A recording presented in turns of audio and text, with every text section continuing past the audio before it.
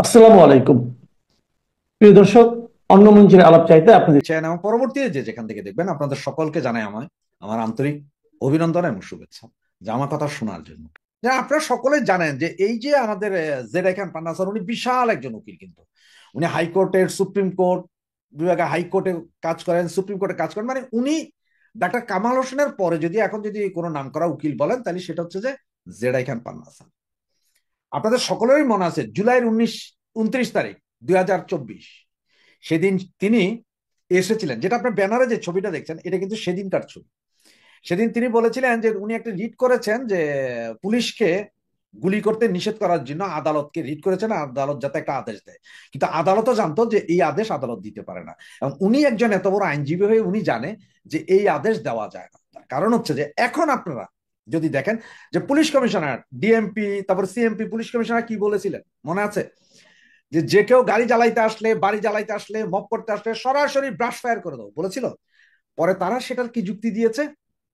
তারাই যুক্তি দিয়েছে যে হ্যাঁ এটা তো আমরা বলেছিলাম, কিন্তু এটা তো আমাদের পুলিশের বিধানেই আছে, যে পুলিশের বিধানেই আছে যে গুলি করতে পারবে, কারণ জানমালের ক্ষতি হইলে সরকারের সম্পদ রক্ষা করার ব্যাপার হইলে এটা ওপেন ফায়ার করতে পারবে। তাইলে এই 29 তারিখ মানে গত বছরের জুলাইয়ের 29 তারিখ, 25 তারিখ থেকে যদি আপনারা দেখেন 25 তারিখ থেকে প্রথম শুরু হয় জ্বালাও পোড়াও। বিটিভি ভবন, তারপরে আপনার সেতু ভবন, পুলিশের থানা আক্রমণ, পুলিশকে মাইরা লটকায় দেওয়া, এগুলো সব কিন্তু তখন শুরু হয়েছিল। তো উনি কার স্বার্থে পুলিশের যাতে গুলি করতে না পারে সে বিষয়ে বলেছিলেন। জানমাল রক্ষা করতে হলে পুলিশ গুলি চালাবে, সন্ত্রাসীদের এটা নর্মাল, পুলিশের বিধানেই আছে। তাহলে পুলিশের বিধানে থাকলে উনি কাদেরকে বাঁচানোর জন্য বা কাদের পক্ষ হয়ে লড়েছিলেন বুঝেছেন? পাশের উকিলটাকে একটু দেখেন আপনারা, ওনার পাশের যে উকিলটা এই ছবিতে দেখতেছেন, তো পাশের যে উকিল এই বেটাও ওইখানে, এই বেটাও জামাতি। তখন সবাই ছিছি বলেছিলেন না না না ওনারা জামাতি না, ওনারা মুক্তিযুদ্ধ। এই তো এর পরের ঘটনাতে আসে। এর পরের যেই ঘটনা, এর ভিতরে উনি গত 8-10 বছর যাবৎ ব্লাস্ট নামে একটা এনজিওর প্যানেল উকিল ছিলেন। এটা আপনারা ভালো করে জানেন না, ব্লাস্টের এই এনজিওটা কার? David Bergman. ডেভিড বার্গম্যানকে আপনার ডাক্তার কামাল হোসেনের মেয়ে সারা খানের জামাই। ডেভিড বার্গম্যান মনে আছে? সেই মাইম্যান, সেই শেখ হাসিনার লোক, সেই বিভিন্ন জনকে হত্যা গুম খুনের দায় করেছিলেন এই ডেভিড বার্গম্যান, এবং ওনারই সংগঠন হচ্ছে ব্লাস। সেটার উনি প্যানেল লয়ার। মায়ের ডাক, ওই যে মায়ের ডাক আরেকটা আছে, সেটারও উনি। উনি সব কাজের কাজই, শুধু একটু পাজি, এই আর কি। এরপরে দেখেন আপনার আবার এগুলো আমি গতকালকের যে ভিডিও সেখানে বলেছিলাম আপনার 15 আগস্ট কি করেছেন, উনি 12ই আগস্ট কি করেছেন, এগুলো সব আপনাদের বলেছিলাম। একটা কথা আপনাদেরকে আরেকটা কথা বলি, সেটা হচ্ছে যে ঠিক যখন আপনার ওনার বিরুদ্ধে একটা মামলা হয়েছিল, মনে হচ্ছে 300 জন না 350 জনের একটা আসামি করে মামলা হয়েছিল, ওনাকে রাখা হয়েছিল 70 নম্বর আসামি।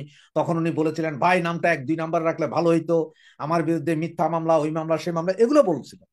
এগুলা বলছে পরে আমরা সকলে হ্যাঁ আইনের শাসন নাই দেশে, এই নাই সেই নাই, হেভি আন্দোলন, আমরা ফেসবুক পার্টি, আমরা মুক্তিযুদ্ধের সপক্ষে সবাই ফেসবুক পার্টি ছিলাম। কারণ তখন মনে হয়েছিল যে উনি একমাত্র মুক্তিযুদ্ধের ধারক এবং বাহক। সেই মামলায় উনি পরে কোর্টে হাজিরে জামিন নিয়েছিলেন। সেই জামিনটা কিভাবে নিয়েছিলেন জানেন? সেই জামিনে ওনার যে জামিন চেয়েছিলেন, সেই জামিনে ওনার পক্ষে দাঁড়িয়েছিলেন প্রধান উকিল হিসাবে শিশির মনির, জামাতের শিশির মনির। মনে আছে জামাতের শিশির মনির, যে কিনা আবরার হত্যার পরে জামাতের ছেলেপেলের পক্ষে দাঁড়াইছিল। সেই শিশির মনির হচ্ছে যে ওনার তখন প্রথম উকিল। কেন উনি আর কোনো উকিল পান নাই? উনি নিজে আসামি, ঠিক আছে, উনি চালাইতে পারবেন না, উনি তো একটা অ্যাসোসিয়েট ফার্ম চালান, উকিল ফার্ম চালান, সেখানে ওনার অনেক জুনিয়র লয়ার আছে, তারা দাঁড়াইলে তো হয়ে যেত। সেটা না করে উনি কি করলেন? শিশির মনিরকে আনলেন। এখন শিশির মনিরকে আইনা উনি সেই কোর্ট থেকে জামিন নিলেন। এরপরের কাহিনী আবার জানেন আপনি, ওই যে আপনার 12ই আগস্ট তিনি আইনজীবী হতে চেয়েছিলেন। কার আইনজীবী? শেখ হাসিনার আইনজীবী। গত 12ই আগস্ট শেখ হাসিনার আইনজীবী হিসেবে উনি চেয়েছিলেন, কিন্তু তার এই প্রস্তাব নিয়ে গিয়েছিল কে? নাজনীন হাসান, যিনি কিনা জিয়াউল হাসান, সেনাবাহিনী এক মেজর জিয়াউল হাসানের বোন।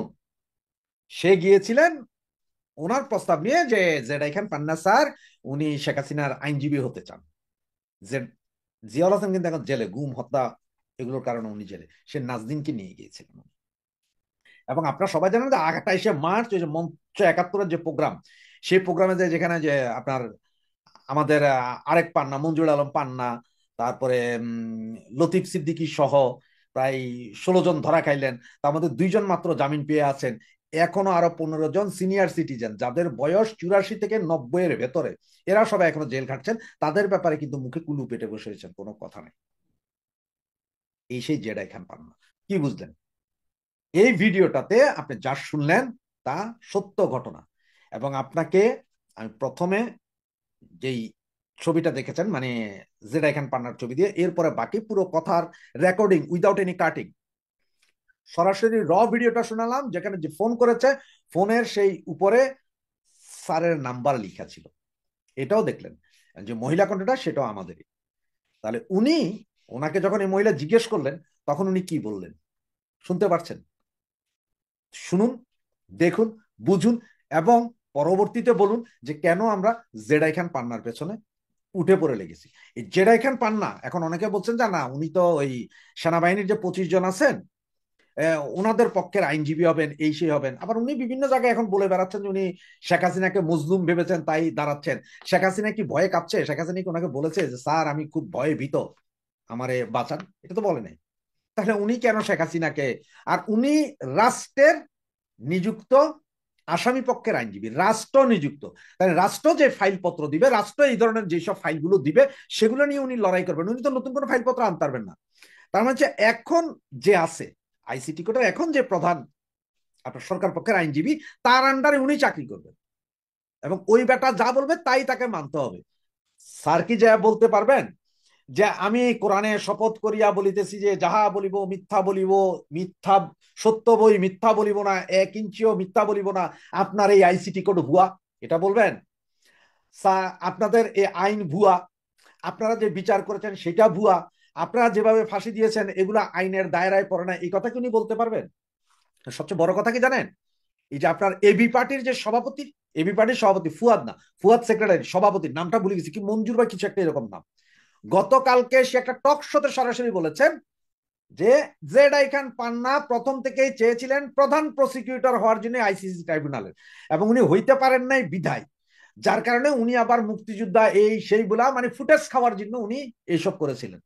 এখন উনি আবার মোটামুটি পয়সা পাওয়ার একটা ধান্দা হয়ে গেছে, বৃদ্ধ মানুষ, এখন আর বলবেন না।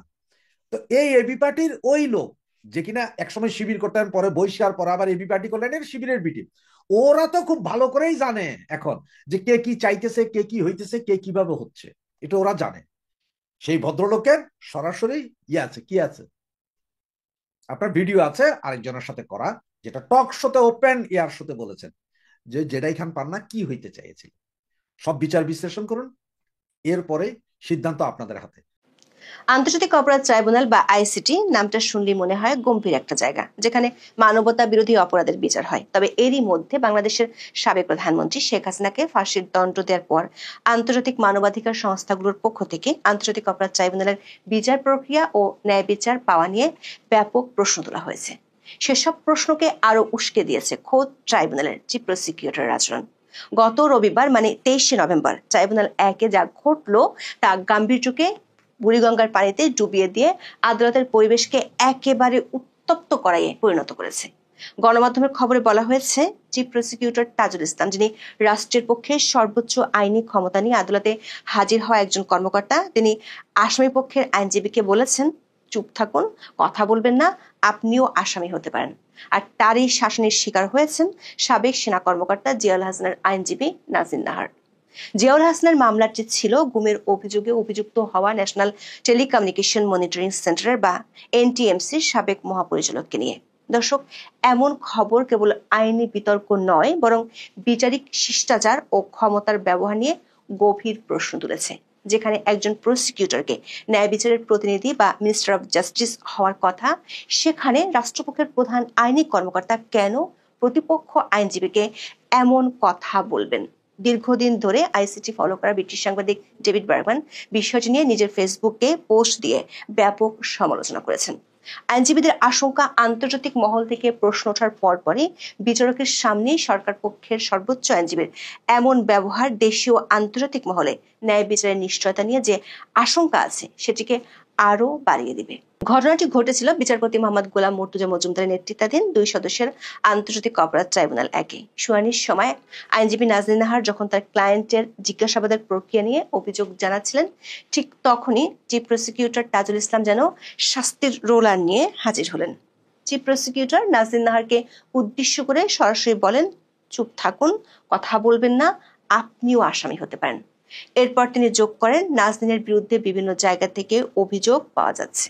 চিফ প্রসিকিউটর এমন খবর গণমাধ্যমে প্রকাশ হওয়ার পর আদালত পাড়ায় এ নিয়ে ব্যাপক আলোচনা শুরু হয়েছে। আইনজীবীরা বলছেন, আইন পেশায় শিষ্টাচার একটি মূল ভিত্তি। প্রতিপক্ষ আইনজীবীকে তার মক্কেলের পক্ষে কাজ করার জন্য ব্যক্তিগত বা পেশাগত হুমকি দেওয়া কোনোভাবেই ন্যায়সঙ্গত হতে পারে না। এটি শুধুমাত্র সেই আইনজীবীর স্বাধীনতায় আঘাত নয়, বরং বিচারিক প্রক্রিয়ার প্রতি জনআস্থা নষ্ট করে। দর্শক, কোর্টে আইনজীবীদের ভূমিকা হলো তারা কেবল বিচার চান না, তারা ন্যায় বিচার নিশ্চিত করার জন্য কাজ করেন। এজন্য তাদেরকে বলা হয় মিনিস্টার অফ জাস্টিস।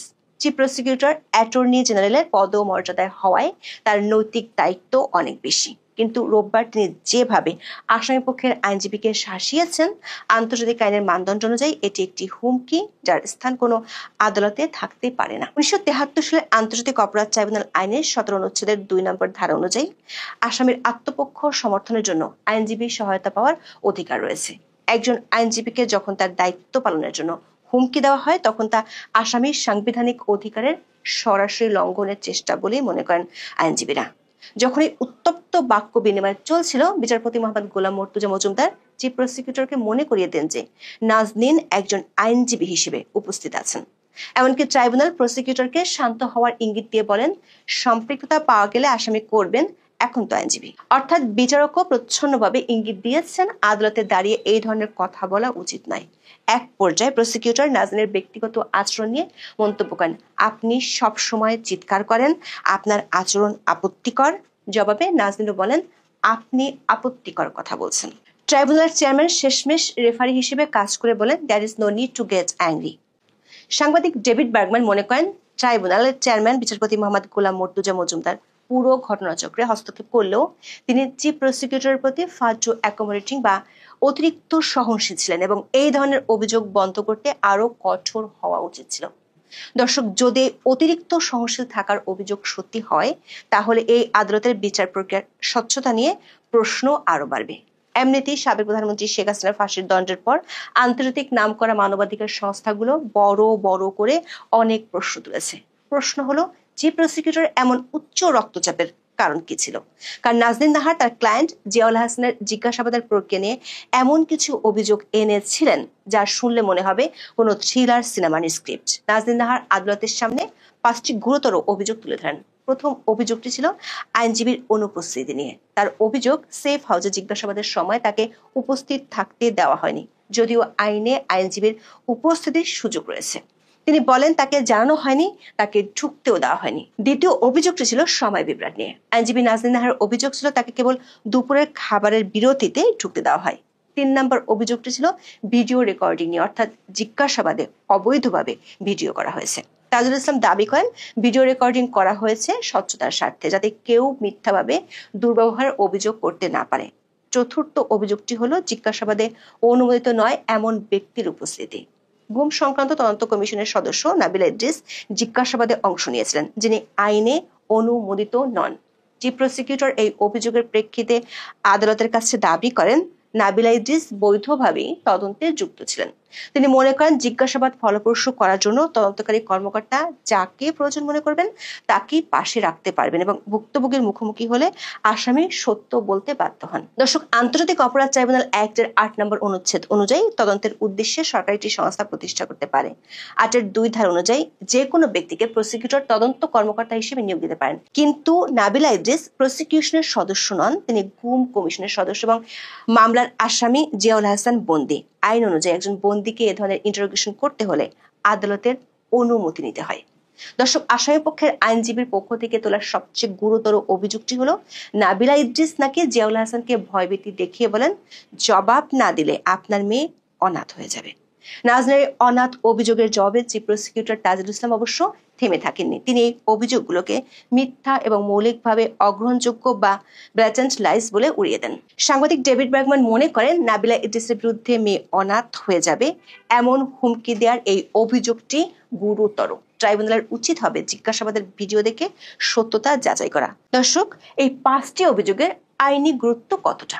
আইনের চোখে এই ধরনের জিজ্ঞাসাবাদ পুরোপুরি অবৈধ। 2010 সালে প্রণীত আন্তর্জাতিক অপরাধ ট্রাইব্যুনালের রুলস অফ প্রসিডিউরের 16(2) ধারায় খুব স্পষ্ট করে বলা আছে, কোনো ব্যক্তি তদন্ত চলাকালীন কোনো প্রক্রিয়ার জবরদস্তি, চাপ বা হুমকির শিকার হবে না। মেয়ে অনাথ হয়ে যাবে এই মন্তব্য শারীরিক নির্যাতন না হলেও এটি মানসিক জবরদস্তি বা চাপ হিসেবে বিবেচিত হতে পারে। এটি তদন্তের উদ্দেশ্যকে বিকৃত করে এবং ন্যায্য বিচারের জন্য মারাত্মক হুমকি সৃষ্টি করে। আরেকটি বিষয় হলো আইনজীবীর উপস্থিতি। আইনজীবী নাজনীন নাহার দাবি করেন আইনে তার উপস্থিতির সুযোগ রয়েছে। যদিও সাংবাদিক ডেভিড বার্গম্যান তার মন্তব্যে উল্লেখ করেছেন, আইসিটি এর প্রথা হলো জিজ্ঞাসাবাদের সময় আইনজীবীকে সশরীরে উপস্থিত থাকতে না দিয়ে কেবল পাশের ঘর থেকে দেখার অনুমতি দেওয়া, কিন্তু এই ক্ষেত্রে নাজনীনকে জানানোই হয়নি। দর্শক, তাজুল ইসলাম কোর্টে নাজনীন নাহারকে উদ্দেশ্য করে বলেছেন, নাজনীন জিয়াউলের আত্মীয় এবং বিভিন্ন সমস্যা তৈরি করেছেন। এমনকি তিনি ঘোষণা দেন প্রসিকিউশন নাজনীনকে জিয়াউল হাসানের প্রতিনিধিত্ব করা থেকে বিরত রাখতে আপিল করবে। কিন্তু এই বাক বিতণ্ডার মধ্যে সবচেয়ে বিস্ফোরক যে মন্তব্যটি চিফ প্রসিকিউটর করেন তা হলো, তিনি দাবি করেন জিয়াউল হাসান প্রায় 1000 মানুষকে হত্যা করেছে একাই এবং পেট কেটে বুড়িগঙ্গায় লাশ ফেলে দিয়েছে। একটি দুটি নয়, 1000টি হত্যাকাণ্ড। আপনার মনে হতে পারে প্রসিকিউটর যেন আদালতে মামলায় তথ্য দিচ্ছে না, বরং একটা উচ্চ বাজেটের অ্যাকশন মুভির প্লট শোনাচ্ছিলেন। এই ধরনের বিশাল দাবি আদালত চলাকালীন করা কতটা আইনসম্মত?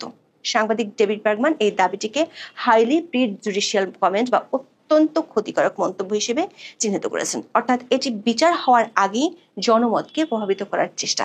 বার্গম্যান সন্দেহ প্রকাশ করেছেন, তাজুল সাহেবের কাছে এই দাবির সপক্ষে প্রমাণ থাকার সম্ভাবনা কম। তদন্ত চলাকালীন দোষী ব্যক্তির পরিচয় সম্পর্কে বিবৃতি দেওয়া সরকারি কর্মকর্তাদের এড়িয়ে চলা উচিত বলে তিনি মনে করেন। দর্শক, আইসিটিতে তাজুল ইসলামের চিফ প্রসিকিউটর হিসেবে নিয়োগ থেকে বিতর্ক পিছু ছাড়ছে না। তাজুল ইসলাম বিগত আওয়ামী লীগ সরকার আমলে আইসিটিতে আসামি পক্ষের আইনজীবী ছিলেন। তিনি এবি পার্টির যুগ্ম আহ্বায়ক ছিলেন, যে দলটি জামাত ঘনিষ্ঠ হিসেবে পরিচিত। চিফ প্রসিকিউটর পদে নিয়োগ পাওয়ার পর তিনি সেই রাজনৈতিক দল থেকে পদত্যাগ করেন। অন্তর্বর্তী সরকার কর্তৃক তাকে অ্যাটর্নি জেনারেলের সমমর্যাদায় চিফ প্রসিকিউটর হিসেবে নিয়োগ দেওয়া হয়। তাজুল ইসলামের ডিফেন্স থেকে প্রসিকিউটরের পদে রূপান্তর শুরু থেকে আইনি মহলে বড় ধরনের নৈতিক বিতর্ক সৃষ্টি করেছে। সুপ্রিম কোর্টের আইনজীবী ব্যারিস্টার জ্যোতির্ময় বড়ুয়া স্পষ্টভাবে এই পরিস্থিতিকে বার কাউন্সিলের পেশাগত আচরণ ও শিষ্টাচার বিধি সুস্পষ্ট লঙ্ঘন হিসেবে চিহ্নিত করেছেন। বাংলাদেশ বার কাউন্সিলের আচরণ বিধি অনুযায়ী একজন আইনজীবী পরস্পর বিরোধী স্বার্থের প্রতিনিধিত্ব করতে পারেন না। এই নীতির মূল উদ্দেশ্য হলো এক পক্ষের সংবেদনশীল কৌশলগত তথ্য নিয়ে অন্য পক্ষের বিরুদ্ধে ব্যবহার রোধ করা। ট্রাইব্যুনালের ডিফেন্সের কৌশল ও মামলার দুর্বলতা সম্পর্কে পূর্ব অভিজ্ঞতা নিয়ে রাষ্ট্রপক্ষের নেতৃত্ব দেওয়া সরাসরি নৈতিক সংঘাতের জন্ম দেয়। এই নৈতিক পটভূমির কারণে তার বর্তমান আচরণ এবং ডিফেন্স কাউন্সিলকে শাসনের অভিযোগ আরো বেশি সমালোচনার জন্ম দিয়েছে। আবার চিফ প্রসিকিউটর হওয়ার পর বিভিন্ন সময় তার কিছু মন্তব্য ন্যায় বিচারকে প্রশ্নবিদ্ধ করে তুলেছে। গত 30 আগস্ট একটি গোল টেবিল বৈঠকে তাজুল ইসলাম বলেন, আগামী নির্বাচনে নির্বাচিত সরকার যদি এই বিচার প্রক্রিয়া এগিয়ে না নিয়ে যায়, সেই আশঙ্কায় তাদের বিচার তাড়াহুড়ো করে শেষ করতে হচ্ছে। তিনি আশঙ্কা প্রকাশ করেন যে এই হ্রাস বা তাড়াহুড়োর কারণে কাজে হয়তো খুঁত থেকে যাওয়ার আশঙ্কা আছে। দর্শক, আইনগত দিক থেকে এটি অত্যন্ত গুরুতর বিষয়। মানবতা বিরোধী অপরাধের মতো গুরুতর মামলায় ডিউ প্রসেস বা যথাযথ প্রক্রিয়া অনুসরণ করা আন্তর্জাতিক ন্যায় বিচারের মৌলিক নীতি। যখন প্রসিকিউশনের সর্বোচ্চ কর্মকর্তা নিজেই বলেন বিচার একটি রাজনৈতিক সময়সীমার অধীন হয়ে ত্রুটিপূর্ণ হতে পারে, তখন এটি ট্রাইব্যুনালের স্বাধীনতা ও নিরপেক্ষতা নিয়ে আন্তর্জাতিক মহলে গুরুতর প্রশ্ন সৃষ্টি করে। সেটি হয়েছেও শেখ হাসিনার বিরুদ্ধে ফাঁসির রায় ঘোষণার পর। অ্যামনেস্টি ইন্টারন্যাশনাল, হিউম্যান রাইটস ওয়াচের মতো আন্তর্জাতিক প্রতিষ্ঠানগুলো এই আদালতের বিচার প্রক্রিয়া নিয়ে প্রশ্ন তুলেছে। দর্শক, আইসিটির এই পুরো ঘটনাটা অনেকটা এমন যেন একটি গম্ভীর সিম্ফনি অর্কেস্ট্রা চলছে, যেখানে সবাই সুর মেলাতে ব্যস্ত। হঠাৎ করে চিফ প্রসিকিউটর এসে তার বেহালাকে লাঠির মতো ব্যবহার করে আসামিপক্ষের আইনজীবীকে শাসাচ্ছেন। এতে সুরও নষ্ট হলো আর বিচারের মর্যাদা হলো ভুলণ্ঠিত।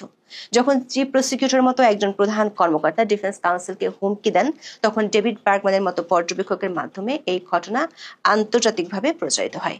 এটি বিশ্বজুড়ে বার্তা দেয় যে আইনের কঠোরতা থাকা সত্ত্বেও ট্রাইব্যুনাল তার নিজস্ব উচ্চপদস্থ কর্মকর্তাদের কাছ থেকে পেশাগত জবাবদিহিতা নিশ্চিত করতে পারছে না। ফলে বাংলাদেশের মানবতাবিরোধী অপরাধের বিচার প্রক্রিয়ার সামগ্রিক গ্রহণযোগ্যতা আন্তর্জাতিকভাবে আরো একবার চাপের মুখে পড়লো এবং এর বৈধতা নিয়ে নতুন করে বিতর্ক সৃষ্টি হলো।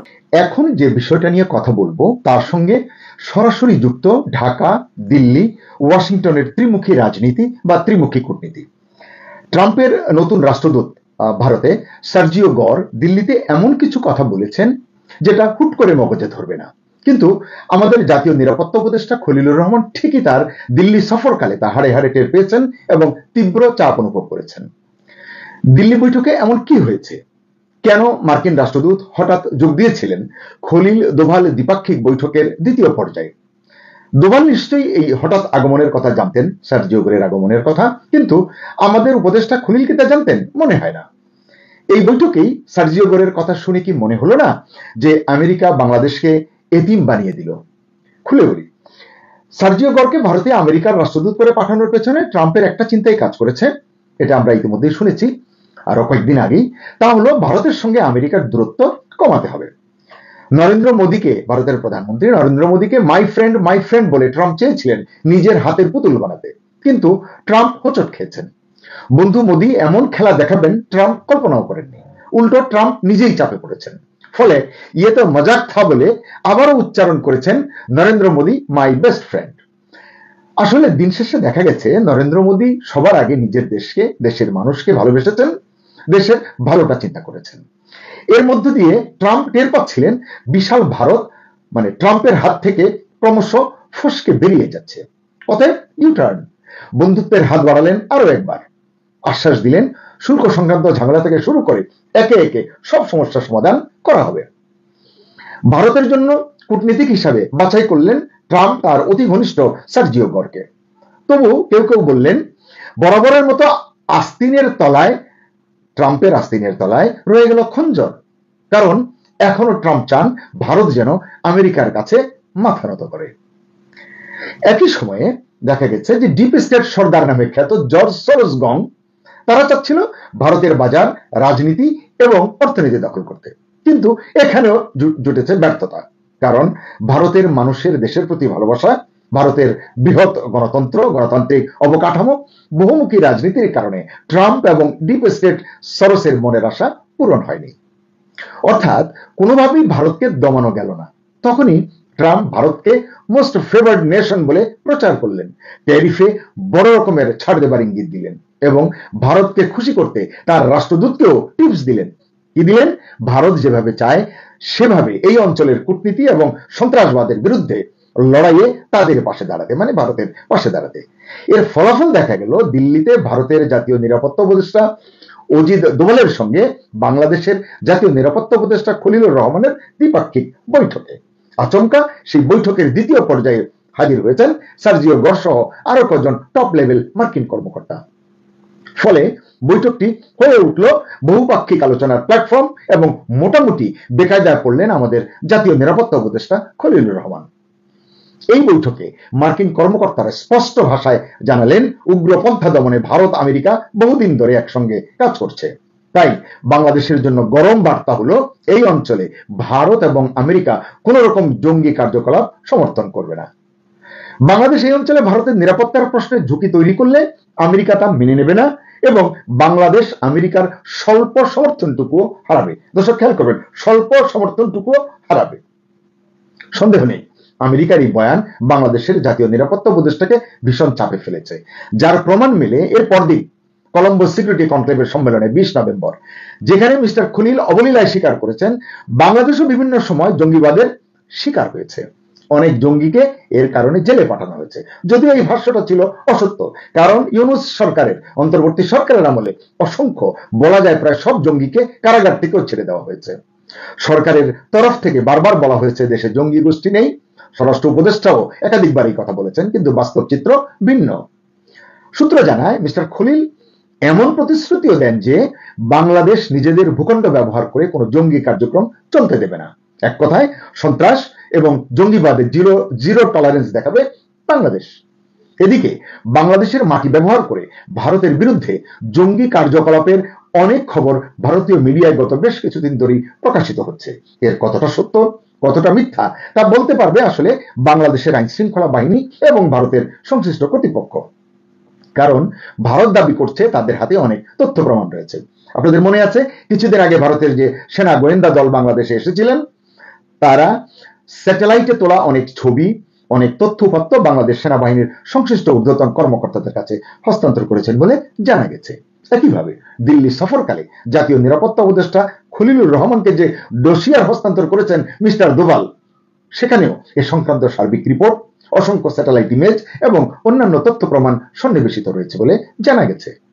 এই ডোসিয়ার মার্কিনীদের নজরেও এসেছে এবং সে কারণেই মার্কিন রাষ্ট্রদূত বৈঠকে বাংলাদেশকে সরাসরি সতর্ক করেছেন বলে জানা গেছে। তিনি বলেছেন কোন জঙ্গি গোষ্ঠী বা কোনো গোয়েন্দা সংস্থা এবং আইএসআইকে মিন করা হয়েছে বলেই সূত্র জানাচ্ছে, যেন কোনো গোয়েন্দা সংস্থা বাংলাদেশের ভূখণ্ড ব্যবহার করার সুযোগ না পায় এবং এই ধরনের কোনো অপকর্ম করতে না পারে। মার্কিন প্রতিনিধি দলের ভাষ্য ছিল খুব স্পষ্ট, এই অঞ্চলে ভারতের নিরাপত্তার বিরুদ্ধে কিছু হলে আমেরিকা চুপ করে থাকবে না। এটি হলো স্পষ্ট বার্তা। তার মানে কি? মানে হচ্ছে ভারত এখন এই অঞ্চলের আমেরিকার প্রিয় সন্তান। বাংলাদেশ অগ্রাধিকার তালিকা থেকে অনেক নিচে নেমে গেছে, এটি বোঝা যাচ্ছে। এজন্যই হয়তো বিশ্লেষকরা বলছেন বাংলাদেশকে এতিম বানিয়ে ভারতের পাশে দাঁড়ালো আমেরিকা। আসলে সবই রাজনীতি এবং এই রাজনীতিতে শেষ কথা বলে কিছু নেই। এই তো কিছুদিন আগেও ট্যারিফ নিয়ে যে ভারত ও আমেরিকা প্রায় মুখোমুখি দাঁড়িয়ে গিয়েছিল, মিস্টার মোদির বিচক্ষণ নীরবতায় এবং প্রয়োজনীয় বিকল্প উদ্ভাবনের ফলে সেই আমেরিকাই আবার ভারতের সঙ্গে সম্পর্ক পুনর্নির্মাণে উদ্যোগী হয়েছে, মনোযোগী হয়েছে। ভারত আমেরিকার সম্পর্কের এখন যে সমীকরণ মানে বর্তমানে, তাতে ভারতকে এড়িয়ে আমেরিকা যেমন এই অঞ্চলে দাদাগিরি করবে না, তেমনি বাংলাদেশের সঙ্গে সম্পর্কটাও এখন আর আগের মতো গুরুত্বপূর্ণ ভাবছে না আমেরিকা, এমনটি বলছেন বিশ্লেষকরা। সহজ ভাষায় বললে এই পরিস্থিতিতে বাংলাদেশ অটোমেটিক্যালি সাইডলাইন হয়ে গেছে বা সাইডলাইন হয়ে যাচ্ছে, কারণ চীন ভারত প্রতিযোগিতাই এখন ট্রাম্পের মূল অগ্রাধিকার। বিশ্লেষকরাও বলছেন আমেরিকার কাছে বাংলাদেশ এবং ইউনুসের চেয়ে এখন ভারত মহাসাগরীয় অঞ্চলে চীনের প্রভাব কমানোর কৌশল, যৌথ অবস্থান এবং পথ চলা মানে ভারত আমেরিকা অনেক বেশি গুরুত্বপূর্ণ। একইভাবে বাংলাদেশে নিযুক্ত মার্কিন রাষ্ট্রদূত ব্রেন্টকেও ট্রাম্প দায়িত্ব দিয়েছেন চীনের সঙ্গে ইউনুস সরকারের অতি মাখামাখি যেন কমিয়ে আনতে তিনি ভূমিকা রাখেন। ইতিমধ্যেই বাংলাদেশ যে পাকিস্তানের পদাঙ্ক অনুসরণ করে পথ চলছে, এটি নিয়ে অনেক আলাপ আলোচনা হয় চারিদিকে, আমি বাড়তি কথা বলতে চাই না। পাকিস্তানের মতো ইউনুস সরকারও চীনা প্রতিরক্ষা সরঞ্জাম ক্রয়ে উদ্গ্রীব হয়ে আছে, আগ্রহী হয়ে আছে, এটা আমেরিকা মানতে পারছে না। আপনারা জানেন অতি সম্প্রতি যে চীন থেকে 26,400 কোটি টাকার প্রতিরক্ষা সরঞ্জাম কেনার যে ইউনুস সরকারের যে সিদ্ধান্ত, এতে বেজায় নাকশ হয়েছেন ডোনাল্ড ট্রাম্প। এরই ঝাঁজ টের পেয়েছেন নিরাপত্তা উপদেষ্টা খলিল এবার দিল্লি বৈঠকে। নয়তো অজিত দোভালের সঙ্গে খলিলুর রহমানের দ্বিপাক্ষিক বৈঠকে এভাবে সার্জিও গর তার টিম নিয়ে ঢুকে যেতেন না এবং ভারত সীমান্ত ঘিরে বাংলাদেশ, পাকিস্তান এবং চীনের কোনো তৎপরতার দিকে আঙুল তুলতেন না এবং প্রকারান্তরে বাংলাদেশকে এতিম বানিয়ে আমেরিকা ভারতের পাশে দাঁড়াতো না। তাহলে কি দেখা যাচ্ছে? সব মিলিয়ে এটি কি বোঝা যাচ্ছে যে বাংলাদেশ এখন চাপে পড়েছে? কারণ ভারত তার মেসেজ দিয়ে দিয়েছে, নিরাপত্তা নিয়ে তারা আর ছাড় দেবে না, এটি তারা বলছে। রাজনাথ সিং হুঙ্কার ছুড়েছেন। মার্কিন যুক্তরাষ্ট্র ভারতের পাশেই আছে, এটি এখন স্পষ্ট।